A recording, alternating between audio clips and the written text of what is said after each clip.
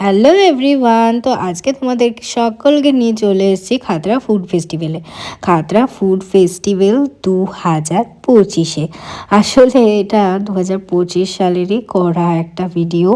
তো আমাদের এখানে ফুড ফেস্টিভ্যাল হয়েছিল খাতড়াতে 2025 সালের 25শে ডিসেম্বর থেকে ছিল ওই 28শে ডিসেম্বর না 29 ডিসেম্বর পর্যন্ত ছিল।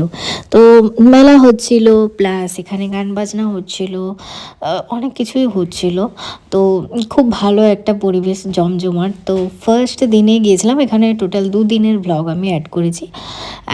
একদিন গিয়েছিলাম আমি পুতু ঋতুর সাথে, আর আরেক দিন গিয়েছিলাম আমি আমার ফ্রেন্ডসদের সাথে।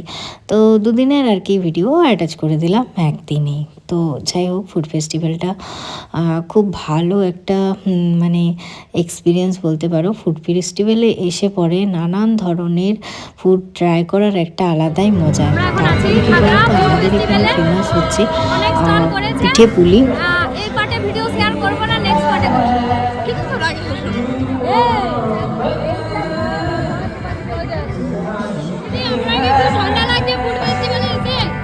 আমার ফুড ফেস্টিভ্যালে এসে খুব ভালো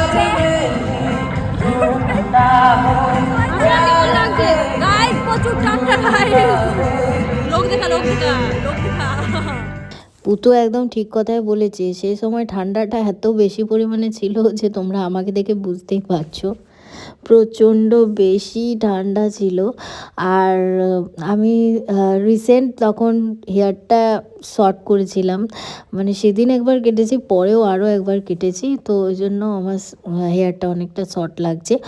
আর এই দেখো, এখানে আমি পিঠে নিয়ে নিয়েছি। আসলে সেদিন জানো তো আমি শুধু পিঠেই খেয়েছিলাম। আমাদের এখানে, হ্যাঁ তোমাদেরকে যেটা বলছিলাম সেটা হচ্ছে উৎকলের পিঠা স্টল। এটা একটা বাঙালি খাবারকে প্রেজেন্ট করা, মানে এটা আমাদের এখানে মানে খাতড়া বাঁকুড়ার একটা ফেমাস ফুড বলতে পারো, উৎকলদের পিঠা। তো ওরা খুব ভালো পিঠা বানায় উৎকলরা। তো সেই পিঠা খেয়ে নিয়েছি ফার্স্টেই। তারপরে এটা নিয়েছিলাম মনে হয় ব্যাম্বো চিকেন। হ্যাঁ, ব্যাম্বো চিকেনটা মোটামুটি করেছিল, সেরকম বিশেষ কিছু ভালো লাগেনি। তবে ওই আর কি, ফুড ফেস্টিভ্যালে না খেলে তো হয় না, খেতেই গেছি তো ভালো করে তো পেট পুজোটা আগে করতে হবে বলো। তো আমরা গিয়েছিলাম, সাথে অনির্বাণও গিয়েছিল। তো ও একটু সাইডে ছিল, আর অনির্বাণের জন্যই কিন্তু আমার এত পিঠে খাওয়া হয়েছিল, কারণ ও পিঠে খেতে খুব ভালোবাসে। লাস্টে আমরা একটু নিয়েছিলাম কি বলো তো, মকটেল। আর মকটেলের দোকান থেকে মকটেল নিয়েছিলাম, এই হোয়াইটটাই নিলাম। এই দেখো, তোমাদেরকে একটু ভালো করে দেখাই। এখানে উৎকলদের পিঠা বানানো হচ্ছে, বিভিন্ন ধরনের পিঠাই, যেগুলোর নাম আমি বলতে পারবো না। তো এটা তো সবাই জানো, পাটিসাপটা, তার সাথে কাঁকড়া, তার সাথে আরও অনেক কিছু আছে। এই ছোট্ট পুচকুটার সাথে দেখা হয়েছিল বাড়ি যাওয়ার টাইমে। তো এরপর চলে এলাম নেক্সট ডেতে, যেদিন আমি আমার বন্ধুদের সাথে গিয়েছিলাম। তো ওই দিন কিন্তু ভালো অনুষ্ঠান হচ্ছিল ওখানে। তো অনুষ্ঠানগুলো দেখছিলাম, দিদি নাম্বার 1, তারপরে আরও অনেক কিছু হচ্ছিলো, সেগুলো দেখলাম খানিকক্ষণ দাঁড়িয়ে দাঁড়িয়ে।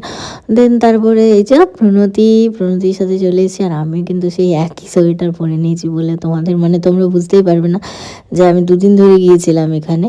আর ঠান্ডা কী পরিমাণে ছিল ফ্রেন্ডস, কি বলবো। তো যেহেতু অনেক দিন আগে গিয়েছিলাম, সেহেতু না কী কী খেয়েছি সেগুলোর নামগুলো ভুলে গেছি। এটা মনে হয় পনির সাটে ছিল আর চিকেন সাটে ছিল, এটাও নিয়েছিলাম, দুটো জিনিস। আসলে আমরা খুব চিকেনের ভক্ত, জানো তো। আর আগের দিন যেহেতু আমি আর পুতো একার আর এসেছিল, হ্যাঁ অনির্বাণ, ভালো করে খেতে পারিনি। আসলে এদের সাথে না এলে না আমার খাওয়াটা ঠিকঠাক জমে না।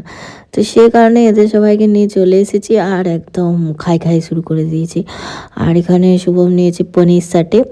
চিকেন সাটেটাই বেশি ভালো ছিল, পনির সাটেটা অতটাও না। দেন চা, আরও অনেক কিছু খাওয়ার আছে ফ্রেন্ডস, তোমরা ভেবো না।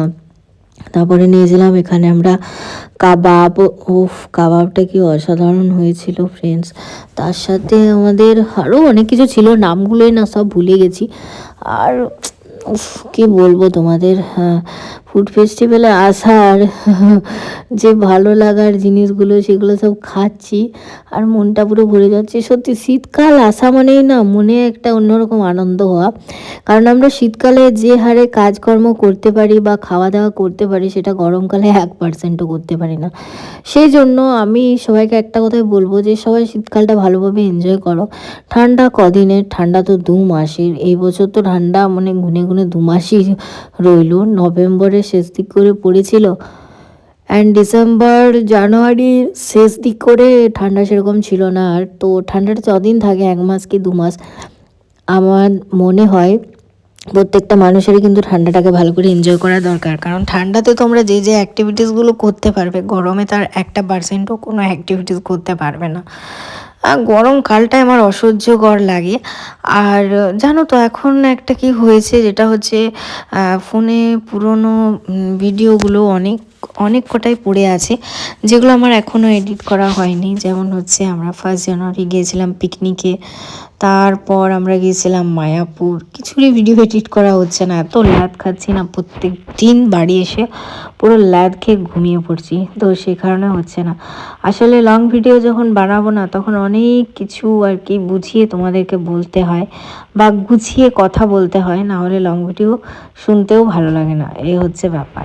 তো এখানে আবার আমি মোমো নিয়েছি, তার সাথে আরও কত কিছু আমাদের এইটুকু টাইমের মধ্যে খাওয়া হয়ে গেলো। দেখো আশুভ্র আমাকে এখানে খাইয়ে দিচ্ছে ভালোবেসে, আমিও খাইয়ে দিয়েছি। লাস্টে দেখলাম একটু মিষ্টি মুখ না করলেই নয়, সে কারণে একটু ডেজার্ট হিসাবে কেক খেয়ে নিচ্ছি। আর সত্যি মানে সব কিছুই দরকার, টক নুন ঝাল, সাথে মিষ্টিটাও কিন্তু প্রয়োজন, জানো তো।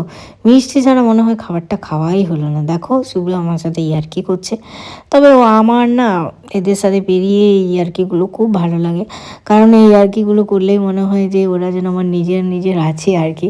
খুব ভালো লাগে সত্যি বলছি, কারণ আমি বিভিন্ন খাবার টেস্ট করে পরে বলছি যে এটা এইরকম এটা ওই রকম, তার মানে ভাবো আমার কত ট্যালেন্ট। তো চলো এবার কি করা যায় সেটাই ভাবছি। প্রণতি এখন টেস্ট করে পরে বলছে যে এটা অতটাও ভালো নয়, মৈত্রীটা বেশি ভালো, মানে মৈত্রীর কেকটা, আর ওর এটা বেশি ভালো নয়। আসলে ওনার নামটা শুনে আর দেখে পরে নিল, ভাবলো চকলেট টাইপের তো ভালোই হবে খেতে, কিন্তু আলটিমেটলি ওটা কিন্তু ভালো ছিল না খেতে, আর নামটাও না ভুলে গেছি কী ছিল। তো বলছি না অনেক দিন পর ভিডিও বানালে যা হয় সেটাই আর কি। তারপর আমার লাস্টের পড়ে থাকা সব কিছুই আমি আমার ফ্রেন্ডসদের সাথে শেয়ার করে নিলাম। আর এই দেখো লাস্টে মনে পড়লো যে পুতুটাও তো আছে, ভিডিও বানাচ্ছে বেচারি কখন থেকে, তোকে একটু খাইয়ে দিই।